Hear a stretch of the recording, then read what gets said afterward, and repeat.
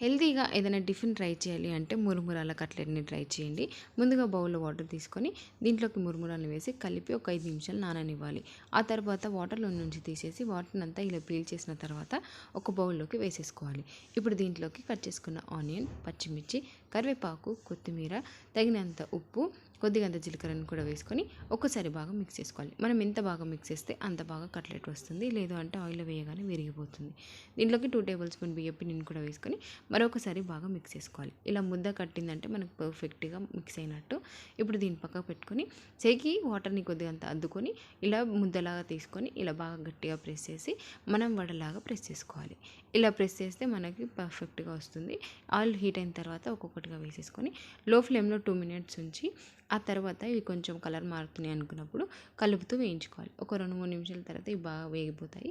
అప్పుడు ఆయిల్ నుంచి తీసేయడమే. చాలా టేస్టీగా ఉంటాయి, హెల్తీ కూడా.